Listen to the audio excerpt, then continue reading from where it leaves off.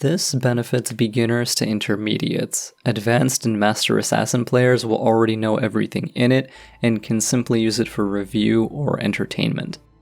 Hello everyone. I reinstalled Assassin's Creed Unity in part because, during a recent stream, I was asked to make a guide on the best ways to use smoke bombs in this game, and to talk about the item in general.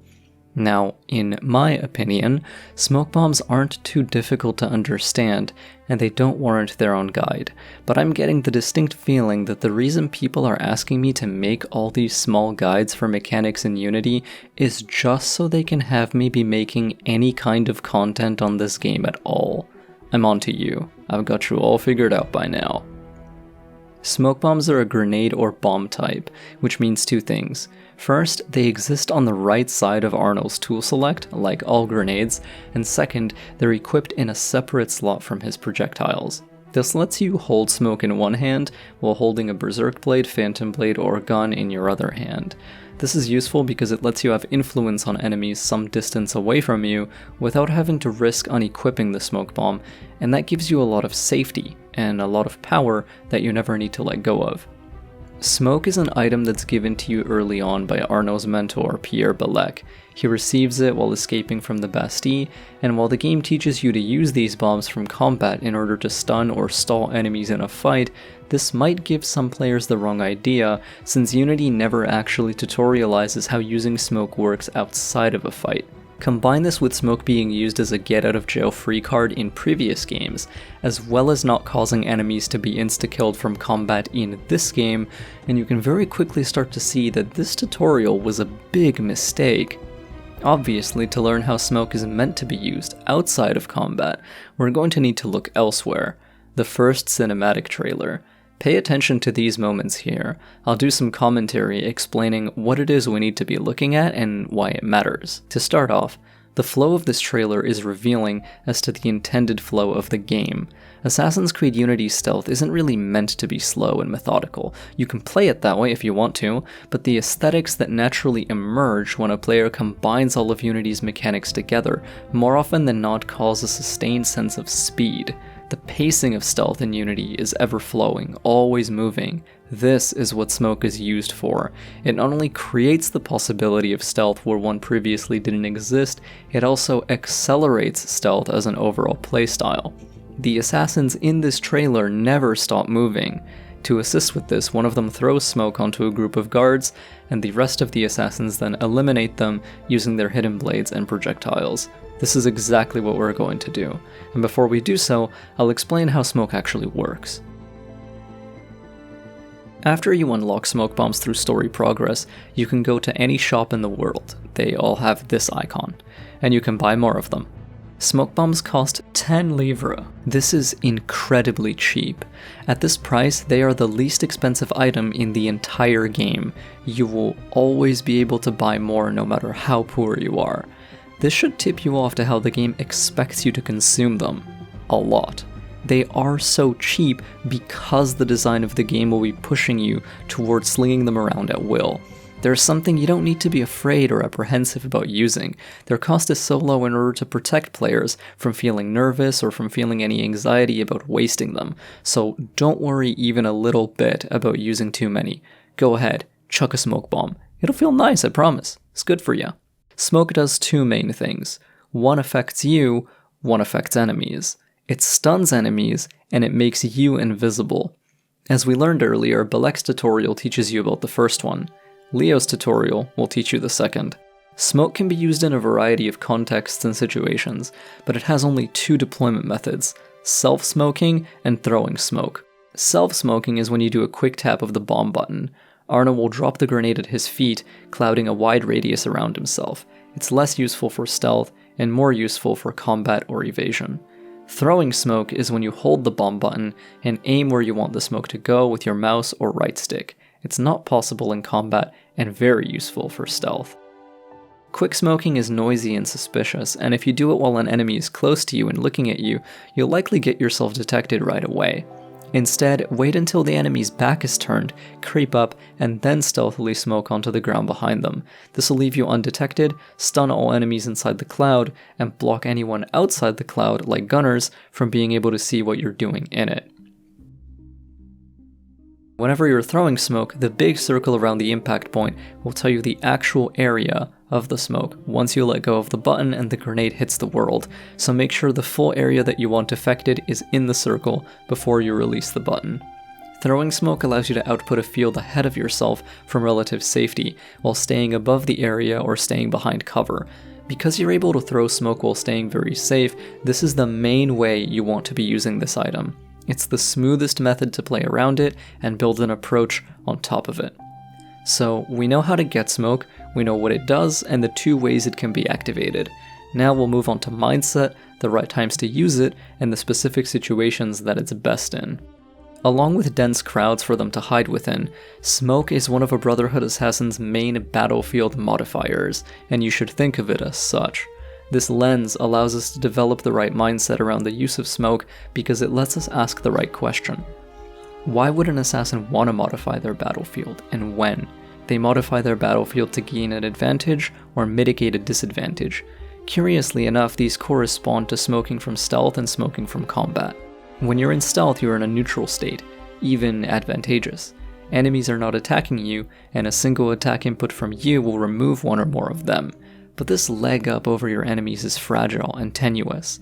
The nature of a stealth game is such that your primary strength can be ripped away from you in an instant, and as any seasoned player of games knows, when you have an advantage, you work to keep it, and further, to enhance it. You do what it takes to gain a greater advantage, and to prevent your existing one from being lost. Smoke is best used on groups of enemies. Why? Because if you were to assassinate or even double-assassinate into a group of guards, despite killing 1 or 2 of them, you would immediately throw your advantage away anyway.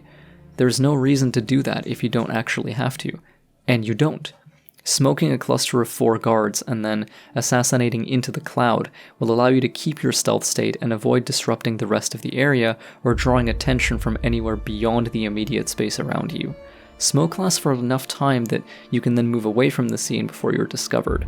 This is the simplest, but not the only reason to throw smoke.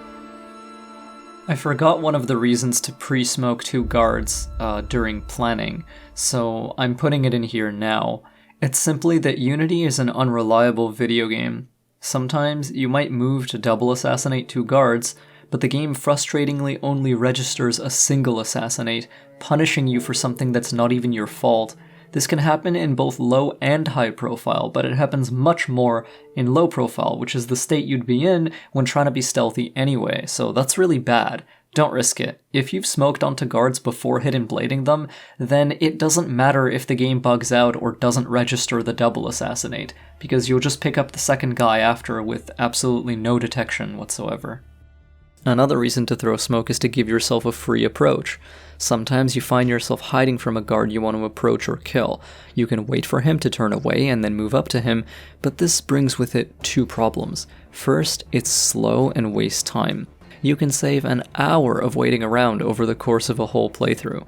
Second, maybe the guard's pathing is asynchronous with the pathing of someone else, so when you do approach him despite him turning his back, the opportunity has already vanished, since now the other enemy can see you. Throwing smoke in your path allows you to be extremely efficient because you're getting a massive boost of speed at an almost non-existent cost. The same mindset applies to throwing smoke between 2 enemies in order to cut the visibility between them. The next reason you'd want to smoke from stealth is for free exits, the sister technique of free approaches. If you're hidden somewhere and you want to leave, but guards will see you if you do, quick tap smoke onto yourself and escape the area that way. Similarly, you can pop smoke onto the ground and then begin shooting enemies with projectiles, no matter how loud or lethal. As long as the smoke is up, they won't know where you are, and you can kill them easily. This technique is expensive because you're consuming both smoke and projectiles heavily in the same action, but it's really strong, and it's something to remember.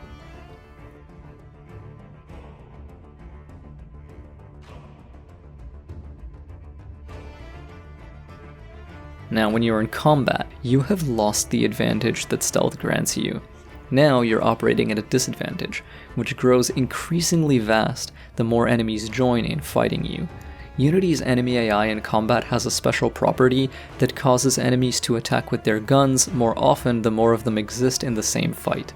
This means that even if you're an incredible fighter, you will eventually either take damage or be forced to do nothing but constantly dodge gunshots and block swings. The smoke bomb allows you to reclaim time to think and breathe, temporarily removing enemy pressure. There are a few reasons to smoke in combat, and they generally depend on the scale of the fight that you're in. Also, note that you're not able to do any aimed actions in combat whatsoever. If the enemy group you're fighting is of a certain mass that prevents you from meaningfully attacking them, then they're probably also of a mass that will prevent you from escaping safely. Trying to run away will likely get you shot or slashed, maybe even multiple times. In this scenario, the best thing to do is smoke onto the ground and start running away. This will buy you a lot of time. It'll let you escape either by climbing a building if the wall is immediately next to you, or by running through street level and making many sharp turns to keep the line of sight broken. If the enemy group is of a bit smaller size, you can smoke in order to give yourself the opportunity to attack them freely. When the enemy is in a smoke cloud, two important things happen. First, you don't need to defend yourself from anything, and second, they cannot defend themselves from you. This means that smoking in combat significantly raises your DPS for that encounter because you're now allowed to pump out raw damage without considering anything else. For such a low-cost item, this is simply insane, especially if you pair it with held attack inputs instead of tapped to let you trigger finishers early. This is the latest technique I've personally learned about in AC Unity, and it needs some explaining to fully understand. When Arno tackles an enemy, you can mash the attack button to get a guaranteed ground assassination on that NPC on the first possible frame. Usually you would need to do this to an enemy that hasn't detected you yet. However, in combat, if you're surrounded by only 2 or 3 enemies, you can quick smoke, hold high profile to disengage from them, run for a few steps, and tackle them anytime in the smoke's duration. Mashing Assassinate now will let Arno kill that enemy with his hidden blade as if you'd tackled them outside of combat. This is a very fast and very easy way to resolve conflict against a very small group of enemies. So this has been my quick overview of smoke bombs in AC Unity. If you wish to see these techniques in action and used by high skill players, I recommend you watch Treviso, Blacktie, Swifty Unknown, Peter Stratford, or myself. We all cover this game by making fast-paced, immersive skill run videos on it, and we all have a high understanding of how it works.